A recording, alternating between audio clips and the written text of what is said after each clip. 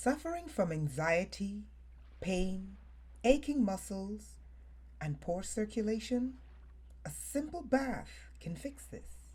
Our herbal bath formula is known to correct these issues. Visit our store at www.blacksunrise.com/herbs page. Remember to spell sunrise SONRISE. And you can also leave us a review. Welcome to today's Global Black News. Today's article is not on blacksunrise.com, but on the website amnestyusa.org. And the title of the article is Architects of the CIA Torture Program to Testify at Guantanamo for First Time. The two psychologists, stick a pin in that word, psychologists, responsible for designing and implementing the CIA's enhanced interrogation techniques will testify in pre-trial hearings in the September 11th case at Guantanamo Bay next week. Amnesty International experts will be there to observe their testimony. The contract psychologist, stick a pin in that word, James E. Mitchell and John Bruce Jessen are responsible for developing interrogation techniques, including waterboarding, confinement in small boxes, beatings, and sleep deprivation, which amounted to torture. Many detainees suffered such abuse in secret sites, stick a pin in those words, around the globe, including in Europe, with the complicity of a number of European governments. Julia Hall, Amnesty International's leading expert on counterterrorism, who will be attending the hearing, said, "The perverse work of these psychologists has dramatically set back the global fight against torture. The interrogation methods they championed have had a rippling effect around the world. Rather than being held to account, the people responsible for the United States torture program, including Mitchell and Jessen, have been protected and in some cases promoted. The fact that they are testifying at this high-profile hearing shows the CIA's failure to root out the human rights abuses at the heart of its counter-terrorism program. Such impunity is a stain on the United States history. It's not a stain. It's game as usual. Torture is never justified, and anyone who uses it must be held to account." Okay, so the briefing pre-trial hearing at Guantanamo Bay Naval Base. Julia Hall is a human rights lawyer, Amnesty International expert on criminal justice. Zach Johnson is a senior director of programs at Amnesty International USA. He leads a team of issue experts working to end urgent human rights abuses in the US. Okay, so what I find interesting about this article, and these are some of the things you need to go look at.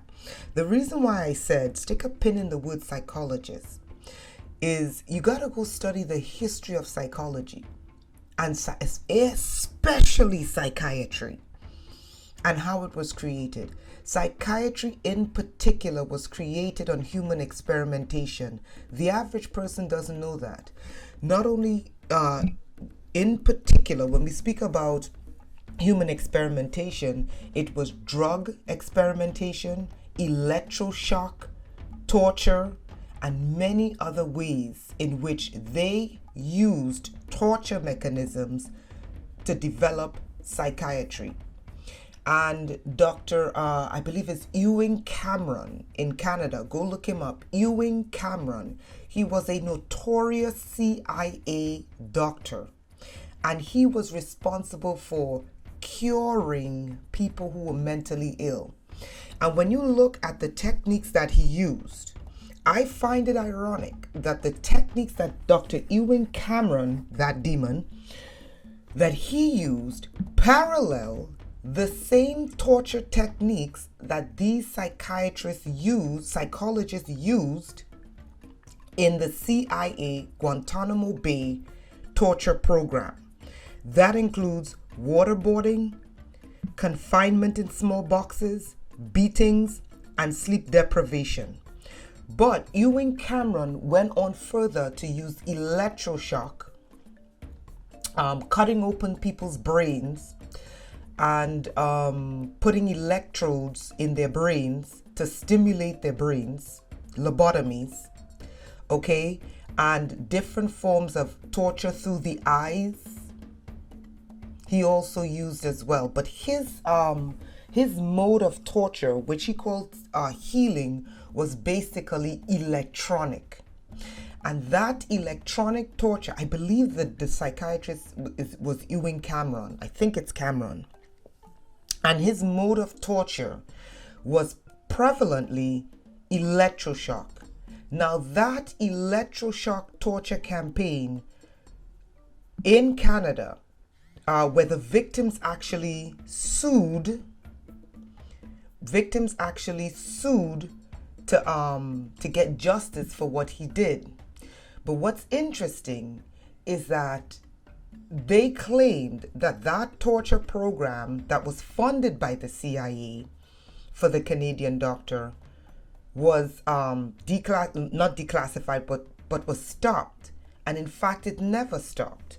And the reason why I know it never stopped is because they took the same torture mechanisms that they were using, in particular electroshock torture, and they miniaturized it and put it in microchips. And these same doctors who miniaturized, the scientists miniaturized the same torture programs, put it into microchips from the tech companies, and then implanted those microchips into people's bodies. So that way they can remote torture them from anywhere on the planet. You understand what's going on here? So instead of localized torture, instead of a localized type torture where they actually have to get the physical person, what they did after learning from his program, they took it, put it into a technological device, and then covertly and without the person's consent, implanted the people with that. And then all they need is a computer with an internet connection and a satellite connection, and they could torture the person anywhere on this planet, and the CIA is responsible for this. So when I hear the argument that this is a stain in America's history, I'm like, you haven't studied America's history on torture. What's the second pin? The second pin is this. The second pin is that they're saying that European governments were complicit. Now, this should not come as a surprise to any black person, because when you study the history of the Germans in Namibia, the British in Kenya, the British and the Dutch in South Africa, the British in West Africa, the Belgians in the Congo, and all the other colonizers, we know of their history of torturous practices. So it comes as no surprise that European governments were complicit in torturing detainees in Guantanamo. Now, there would be people who say that torture works, when in fact it's been proven that torture doesn't work. There are many people who, under torture, to stop the torture, confess they did things that they in actuality didn't do. So there's a level of sadism with these people. It has nothing to do with the fact that people were actually terrorists. It had to do with the fact that these people are sadists, and they take pleasure in actually destroying the human body. So bear that in mind as you think about this article. Okay, so I thought that was really interesting. The last and final bullet point for this article that I thought was really interesting is the parallels between the torture practices and MK Ultra. And when you study MK Ultra, one of the torture practices is waterboarding. Another one is confinement in a small box, like caging children at the border. How many know that putting children into cages is actually part of the MK Ultra program? So when I heard that the US government were taking children and putting children in cages, I immediately know. I said, this is MK Ultra. And I said, what you're gonna do if they ever let these children go, you're gonna end up with MK Ultra soldiers coming out of those concentration camps, right? Beatings, that's very prevalent in MK Ultra, and sleep deprivation. Now, God only knows all the other things they did to them. They're only telling you the nice stuff.